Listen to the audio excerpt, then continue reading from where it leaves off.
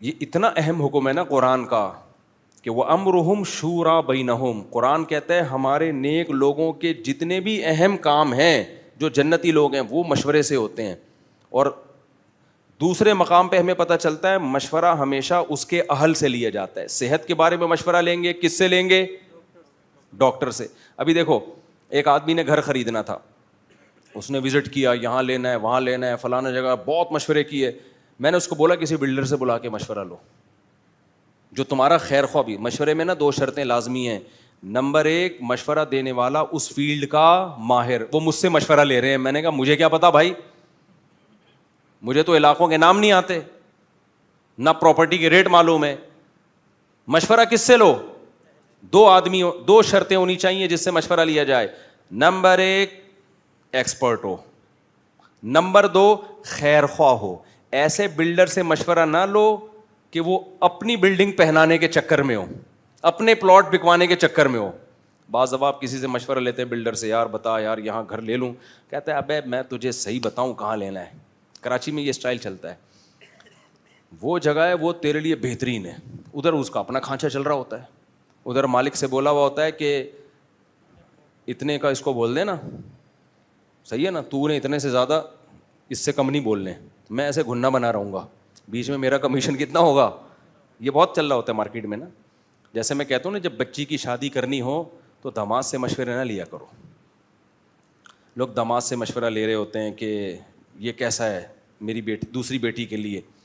تو داماد بہت سے نیک بھی ہوتے ہیں, لیکن اکثر دامادوں کو یہ ہوتا ہے کہ اس گھر میں میرے سے زیادہ اچھا آ گیا تو میری ویلیو 2 ٹکے کی نہیں رہے گی. اب میٹرک پاس داماد ہے, دوسری بیٹی کے لیے چارٹرڈ اکاؤنٹنٹ کا رشتہ آیا, تو میٹرک پاس والا بول رہا تھا ابھی تو تھوڑی سی چائے پانی پوچھ لیتے ہیں, جب سی اے آ جائے گا اس گھر میں اور وہ نوٹ اس کے پاس, جب اس کے گھر جائیں گے ایک داماد کے, وہ بڑے بنگلوں میں رہتا ہوگا, میرے گھر میں آئیں گے کرائے کے گھر پہ, تو میری تو 2 ٹکے کی اوقات رہے گی نہیں. تو اس لیے داماد ایسے موقع پہ, آپ لوگوں کے علاوہ کی بات کر رہا ہوں, آپ بھی بہت سو کے داماد ہو گے, تو ایسے موقع پہ داماد کیا کہے گا, بھائی چارٹرڈ اکاؤنٹنٹ تو ہے, تنخواہ بھی اچھی ہے. آپ نے دیکھا بار بار ناک میں انگلی گھما رہا تھا وہ, دیکھا آپ نے, کچھ نہ کچھ نکال, دیکھا ناڑا لٹکا ہوا تھا اس کا, اس کو تو بیٹھنے کی تمیز نہیں, کچھ نہ کچھ اس کے ایک جیلسی ہوگی اس میں. میں بدگمانی کا آپ کو حکم نہیں دے رہا کہ آپ کسی سے بدگمان ہو, لیکن معاملات میں شریعت کیا کہتی ہے, بھائی اجنبیوں کی طرح معاملہ کرو. خوش گمانی اس وقت تک ہے جب تک کوئی معاملہ نہ چل رہا ہو, سب اچھے ہیں, ہم سے سب اچھے ہی ہیں. کوئی معاملہ جب ہونے کے لیے آئے گا نا, مجھ سے آپ پیسے دیکھو یہ بھی اچھے ہیں, یہ بھی اچھے ہیں, یہ بھی بہت اچھے, یہ بھی بہت اچھے, بھی کوئی بھی ان میں سے چور نہیں ہے, لیکن یہ مجھے آیا مجھ سے آپ 10 لاکھ روپے دے دو, یہ بھی چور ہے, یہ بھی چور ہے, یہ بھی چور ہے, یہ بھی چور ہے. یہ مجھ سے آئے نا اگر ابھی پیسے مانگے بیان کے بعد, مجھ سے آپ 10 بول تو میں 10 لاکھ دوں گا کہاں سے, لیکن ایک چلو 10 کروڑ ہو میرے پاس, میں اس لیے کہتی ہوں مانگنے نہ آ جائیں, تو پہلی ٹوپی کرا دو.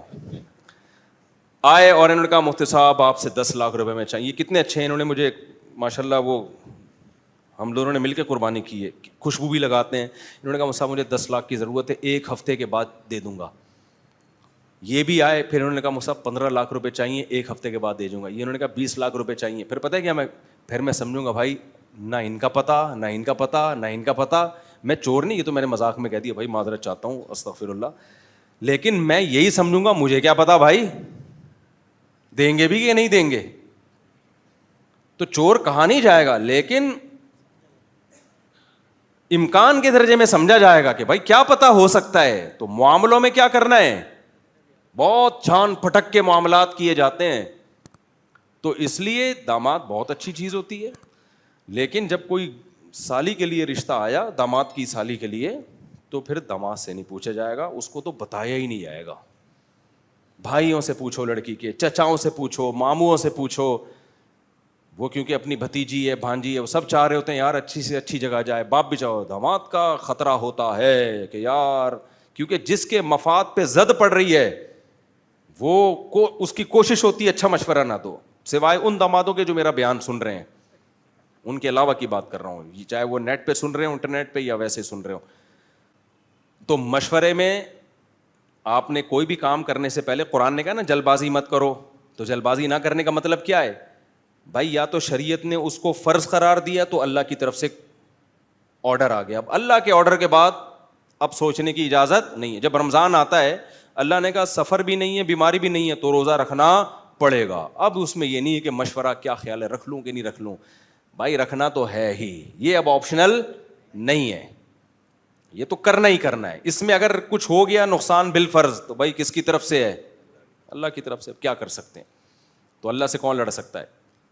کچھ چیزیں ایسی ہوتی ہیں جو نہ حلال ہے نہ حرام ہے, وہاں اللہ نے حکم دیا ہے کہ مشورہ کے بغیر کام مت کیا کرو. دیکھو حالانکہ یہ عبادت سے اس کا تعلق نہیں ہے, لیکن قرآن چاہتا ہے کہ مسلمان قوم ترقی کریں, من حیث القوم بھی اور ہر فرد بھی. تو اللہ نے ترقی کے جو اسباب ہیں وہ قرآن میں بیان کر دیے ہیں. امرہم شورا بینہم, مسلمانوں کے کام مشورے کے بغیر نہیں ہوتے. اس سے مذہبی کام مراد نہیں ہے, کیونکہ مذہبی حکام کو تو فالو کرنا ہی کرنا ہے. اس سے ہمارے روز مرہ کے وہ کام ہیں جن کا مذہب سے براہ راست تعلق نہیں ہے, بلکہ ان کا ہماری زندگی سے تعلق ہے. اس میں اللہ نے فرمایا مشورہ لیتے ہیں. اور مشورے کے بارے میں 2 شرطیں میں بتا رہا ہوں. نمبر 1, جس سے مشورہ لیا جائے وہ اس کام کا اہل ہو, ایکسپرٹ ہو. نمبر 2, آپ کا خیر خواہ. اسٹیٹ ایجنٹ سے مشورہ لیں گے, ایکسپرٹ تو ہے لیکن وہ کسی کی فائل آپ کو پہنا دے گا. وہ کاروبار کے لیے بیٹھا ہے, وہ مشورے سینٹر تھوڑی کھول کے بیٹھا ہوا ہے آپ کے لیے. کیا خیال ہے بھائی؟ وہ کاروبار کے لیے بیٹھا ہے. وہ کہتا ہے یار آج کل ویسے ہی پراپرٹی نیچے گری ہوئی ہے, کوئی پھنس ہی نہیں رہا. ایک بندہ پھنسا ہے, مشورہ لینے آیا ہے, تو گھر میں آٹا دال بھی, روٹی کی کمی ہے, ہم نے گھر میں کھلانا ہے بچوں, بھائی اب ہم تو پہنائیں گے یار. تو اس کو باقی اسٹیٹ ایجنٹ بھی یہی مشورہ دے رہے ہوتے ہیں. تو اب کیا کرنا ہے بھائی؟ 2 شرطوں کے ساتھ جب آپ نے کام کر لیا. غزوہ احد میں یہی ہوا. صحابہ کرام پریشان تھے کہ ہم مدینہ سے باہر نکل کے لڑیں یا مدینہ کے اندر رہ کے لڑیں, پریشان تھے وہ. تو اب مشورہ ہوا, مشورے کے بعد طے ہوا, نبی نے فیصلہ کر دیا بھائی باہر جا کے لڑنا ہے, لیکن اس لڑائی میں فائدے کے بجائے نقصان ہو گیا. اب یہ تو اب سارے قوائف تو کمپلیٹ ہو چکے تھے نا. جیسے میں نے کہا ٹماٹر کا کاروبار کیا, ہر طرف سے مشورے کر کے, پھر بھی نقصان ہو گیا, بھائی یہ کس کی طرف سے ہے؟ اللہ کی طرف. کافر یہ نہیں کہے گا, کافر یہ نہیں کہے گا. مسلمان کیا کہے گا؟ ما قدر اللہ, جو ہونا تھا ہو گیا. بھائی میرے مقدر میں یہی لکھا ہوا تھا. اللہ تعالیٰ کہتے ہیں رزق کس کے ہاتھ میں ہے؟ یبسط الرزق لمن یشاء ویقبض. یہ جتنے جو آج کل موٹیویشن کر رہے ہیں نا پیسہ کمانے کی, میں نے یوں کیا تو اتنا کمایا, تو آپ کو پتہ ہے, آپ ان سے کہو کہ اتنے لوگ ہیں انہوں نے اس سے زیادہ کیا, ہاتھ میں کچھ بھی نہیں آیا. بہت سارے لوگ ہاں یہ کہہ رہے ہیں جب پتہ ہی نہ ہو کہ خیر خواہ ہے یا نہیں ہے تو پھر کیا کریں؟ تو پہلے اس کا پتہ کریں کہ یہ خیر خواہ ہے یا نہیں ہے, مشورے کے قابل ہے یا نہیں, یہ پتہ کریں.